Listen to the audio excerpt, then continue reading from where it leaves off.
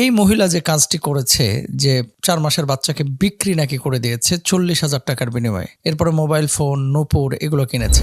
বিক্রি করে কি কি কিনছেন? কি কি নাম বলেন? কি নাকের গয়না? সন্তান আল্লাহ তাআলা সহজে আপনাকে দিয়েছেন, অনেকেই কিন্তু সহজে আল্লাহ তাআলা সন্তান দেন না। তো আপনাকে যে সন্তানটা দিয়েছেন এটা আপনার কাছে আমানত। এই সন্তানের দেখভাল করা, টেক কেয়ার করা এটা আপনার দায়িত্ব। আসসালামু আলাইকুম ওয়া রাহমাতুল্লাহি ওয়া বারাকাতুহু। আলহামদুলিল্লাহ ওয়াসসালাতু ওয়াসসালামু আলা রাসূলিল্লাহ বাদ। ৪ মাসের সন্তান বিক্রির টাকায় নূপুর, জুতা, মোবাইল কিনেছেন মা, টাঙ্গাইলের ঘটনা।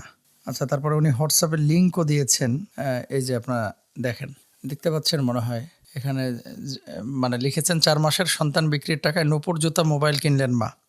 মোহতারাম, এগুলো কি কিয়ামত আসার বার্তা দেয় কিনা? একজন মা তার সন্তানকে এভাবে বিক্রি করে, মানে কিভাবে? দেখেন, দুটো বিষয়, একটা হচ্ছে ক্ষুধার যন্ত্রণা, আর আরেকটা বিষয় হচ্ছে নিজের মেন্টালিটির প্রবলেম, অথবা ফাইন্যান্সিয়ালি অনেক লোভ তার ভিতরে কাজ করেছে। স্বামীর সাথে সম্পর্ক ভালো যাচ্ছিল না। অনেক মেয়েরাই বিয়ের পরে স্বামীর সাথে সম্পর্কটা ভালোই যায়, কিন্তু বাচ্চা হওয়ার পরে সম্পর্কটা তিক্ত হয়ে যায়। আমি আমার ভাই এবং বোনদেরকে বলবো যে অবশ্যই বাচ্চা কাচ্চা হওয়ার পরে কিছু বিষয় আপনাদেরকে খেয়াল রাখতে হবে। নাম্বার 1, বাচ্চা যে হচ্ছে, বাচ্চার কিছু রেসপন্সিবিলিটি, দায়িত্ব, এটা আল্লাহ তাআলা আপনাকে দিয়েছেন। যে এই বাচ্চার প্রতি মায়ের দায়িত্ব কি? ওয়ালিদাতু ইরদিআনা আওলাদাহুন্না হাওলাইনি কামিলাইন। দেখভাল করবে মা, দুধ পান করাবে বাচ্চাকে, এবং ঘরের কাজগুলো মা করবে, আঞ্জাম দিবে। আর বাবার দায়িত্ব হচ্ছে ওয়ালাল মাউলুদি লাহু রিজকুহুন্না ওয়া কিসওয়াতুহুন্না বিল মারুফ। বাইরে থেকে উপার্জন করে সন্তান কি খাবে, তার স্ত্রী কি খাবে, এগুলো বাবার দায়িত্ব। এখন আমার অনেক ভাই এবং বোনেরা আছেন যারা বিয়ের সময় দেখা যায় স্বামীকে যথাযথভাবে সময় দিতে পারেন না, বোনেরা টায়ার্ড থাকেন, স্ত্রীরা টায়ার্ড থাকেন, তো মিস আন্ডারস্ট্যান্ডিং অনেক সময় হয়ে যায়। এই মহিলা যে কাজটি করেছে যে বাড়িতে যাওয়ার পরে সে তার ৪ মাসের বাচ্চাকে বিক্রি নাকি করে দিয়েছে ৪০,০০০ টাকার বিনিময়ে, এরপরে মোবাইল ফোন, নূপুর এগুলো কিনেছে। আমি জানি না মানসিকভাবে সে অসুস্থ কিনা। যদি মানসিকভাবে অসুস্থ হয় অবশ্যই তার চিকিৎসার প্রয়োজন। আর বুঝে শুনে সজ্ঞানে যদি এই কাজ করে থাকে, অবশ্যই মা না, এটা জল্লাদি মা বলা চলে। অনেক মায়েরাই আছে যে ছোট্ট বাচ্চাকে ঘরের মধ্যে রেখে বাইরে চলে যায়, এবং রাশিয়ায় গত বছর একটি ঘটনা আপনারা দেখেছেন যে বাচ্চাকে আটকে রেখে মা চলে গেছে বাইরে ঘুরতেও, পরবর্তীতে বাচ্চা ক্ষুধার যন্ত্রণায় ছটপট করতে করতে মারা গেছে। ইদানিং আমি তো দেখি যে বাংলাদেশে আলহামদুলিল্লাহ আমাদের মায়েরা যথেষ্ট টেক কেয়ার করে বাচ্চাদেরকে।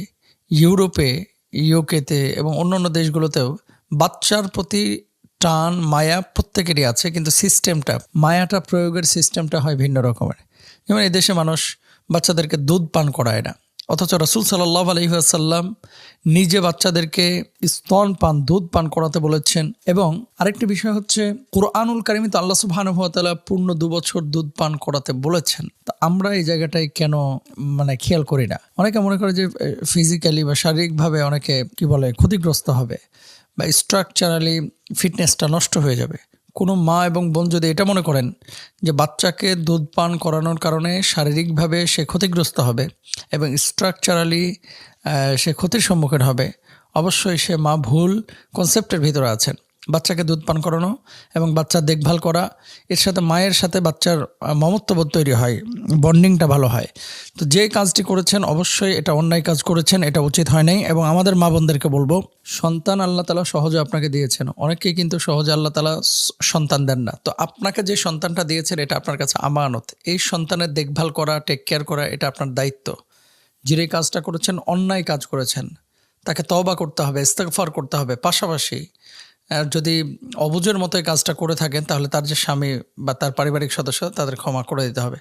অন্যান্য মা বোনেরা অনেক সময় ক্ষুধার যন্ত্রণায় দেখে বাচ্চা কাচ্চা বিক্রি করে দেন। এক্ষেত্রে আমরাও দায়ী, কারণ জাকাত আমরা প্রপার ওয়েতে আদায় করি না। ক্ষুধার কারণে, টাকা পয়সার দরকারের কারণে, দেখা যাচ্ছে কিস্তি দেওয়ার কারণে, বা কিস্তি আছে এই জন্য অনেক সময় বাচ্চা বিক্রি করে দেয়। আস্তাগফিরুল্লাহ। কোনোভাবেই বাচ্চা এইভাবে ক্রয় করা, বিক্রয় করা জায়েজ নেই। তবে বাচ্চা লালন পালন করা, পালক পুত্র হিসেবে গ্রহণ করা, এটা জায়েজ আছে। পালক মেয়ে, পালক পুত্র, এটা আপনি নিতে পারেন, তবে সেক্ষেত্রে ক্রয় বিক্রয় না। তাকে এমনি হাদিয়া আপনি সারা বছরে দিতে পারেন, কিন্তু ক্রয় বিক্রয়, যে ওয়ালাকাদ কাররামনা বানি আদম, আল্লাহ বনি আদমকে সম্মানিত করে সৃষ্টি করেছেন, সেখানে আপনি বাচ্চা ক্রয় বিক্রয় করতে পারবেন না, এটা ইসলামে শরিয়ায় জায়েজ নাই। যারা এরকম টেন্ডেন্সি বা চেতনা লালন করে, আল্লাহ তাদেরকে হেদায়েত দান করুক।